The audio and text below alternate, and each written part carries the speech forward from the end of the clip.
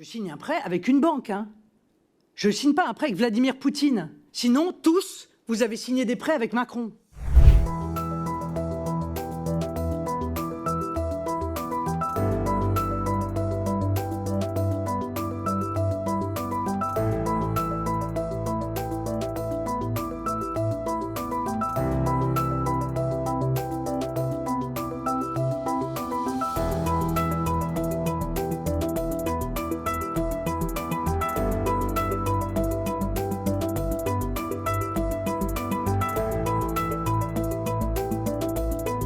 Les banques refusent de nous prêter.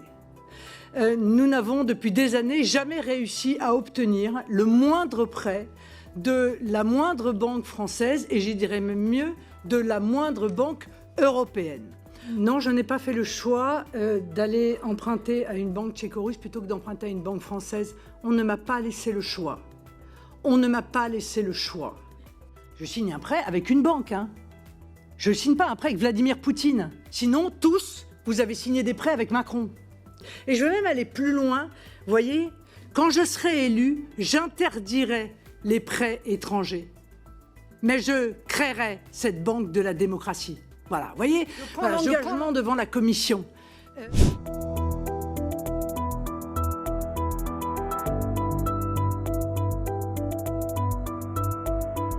Est-ce qu'aujourd'hui, vous considérez que c'était une erreur de reconnaître l'annexion de la Crimée, l'annexion qui a été dénoncée par toutes les organisations internationales et qui va à l'encontre du droit international?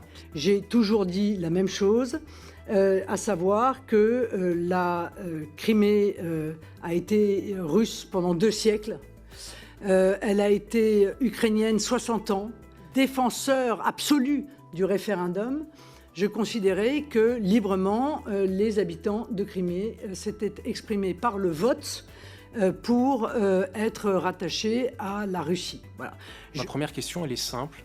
Pourquoi avez-vous oublié la position officielle, vous qui vous prétendez patriote, de la diplomatie française, de la diplomatie de votre pays, notamment en 2014 sur l'annexion de la Crimée, position qui, je le rappelle, a été maintenue par le successeur de François Hollande, qui est Emmanuel Macron? La France, hélas, a atteint le statut de démocratie défaillante, me semble-t-il. Mais absolument rien ne m'interdit, sauf dans une dictature. Absolument rien ne m'interdit. Et même tout doit me pousser à avoir, à l'égard de mes propres électeurs et de l'avenir de mon pays, ma vision. La vision.